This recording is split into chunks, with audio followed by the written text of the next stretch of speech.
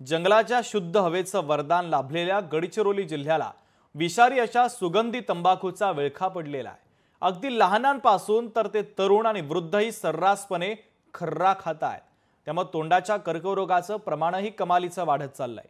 धक्कादायक बाब म्हणजे हजारो विद्यार्थ्यांमध्ये कर्करोगाची लक्षणे दिसू लागलेली आहेत।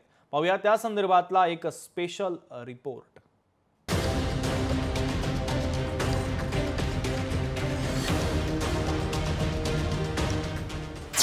गडचिरोलीकर तोंडाच्या कर्करोगाच्या विळख्यात। कर्करोगाला आमंत्रण देणारा खर्रा रोखणार कधी? तोंडाच्या कर्करोगाने घेतलाय 48 जणांचा बळी। गडचिरोली जिल्ह्यामध्ये कोणत्याही गावात आणि कोणत्याही चौकात गेलात की हा असा खर्रा बनवताना दिसतो। या खर्ऱ्यात मजा, ईगल, भोरा अशा विविध नावांनी ओळखल्या जाणाऱ्या सुगंधित तंबाखूचा वापर केला जातो। या सुगंधित तंबाखूवर महाराष्ट्रात बंदी आहे, मात्र गडचिरोली जिल्ह्यात प्रत्येक खर्रा विक्रेत्याकडे ही तंबाखू हमखास मिळते। त्यामुळे अनेक लोक या सुगंधी तंबाखूपासून बनवल्या जाणाऱ्या खर्ऱ्याच्या आहारी गेले। त्यातून कर्करोगाचं प्रमाण वाढतंय। आतापर्यंत 48 लोकांचा तोंडाच्या कर्करोगानं बळी देखील घेतलेला आहे। आपल्या जिल्ह्यामध्ये आतापर्यंत जे आपल्याकडे हॉस्पिटलमध्ये आणि होम विजिट्समध्ये पेशंट जे आहे 362 पेशंट जवळपास आपल्याला ओरल कॅन्सरचे आहे आणि त्यापैकी 48 पेशंट्स जे आहे ओरल कॅन्सरनी डेथ झालेला आहे। विशेष म्हणजे शाळकरी मुलं सुद्धा खर्रा आणि तंबाखूच्या आहारी गेलेत। या वर्षीच्या आरोग्य तपासणीत गडचिरोली जिल्ह्यातल्या आदिवासी आश्रमशाळांमधील 12वी पर्यंतच्या 1389 विद्यार्थ्यांना तंबाखूजन्य पदार्थांचं व्यसन असल्याचं आढळून आलं। त्यातील अनेकांमध्ये कर्करोगाची लक्षणंही दिसली आहेत।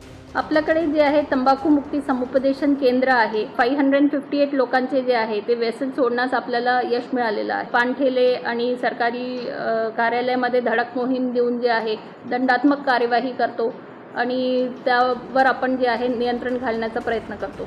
बंदी असलेल्या सुगंधित तंबाखूला आळा घालण्याची जबाबदारी असलेल्या अन्न आणि औषध प्रशासन विभागही पांगळा झालेला आहे। या विभागात सहाय्यक आयुक्त आणि 2 अन्न सुरक्षा अधिकाऱ्यांची पदं रिक्त आहेत। केवळ एक अन्न सुरक्षा अधिकारी संपूर्ण जिल्ह्याचा कारभार पाहतोय। खरी अडचण अशी येते की आपला जिल्हा जो आहे तो लगतच्या राज्यांना जोडून आहे, बॉर्डर एरिया आहे आणि त्या पुढच्या राज्यामध्ये तंबाखूला बंदी नाही आहे।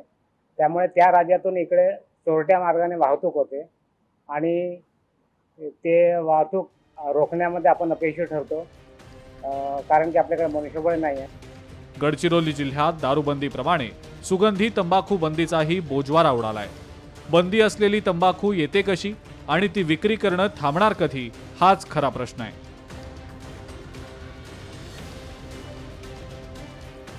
केवळ कायदा केल्यानं लोकांच्या सवयी बदलत नाही, हे गडचिरोलीतील खर्रा प्रेमींना पाहून लक्षात येतं।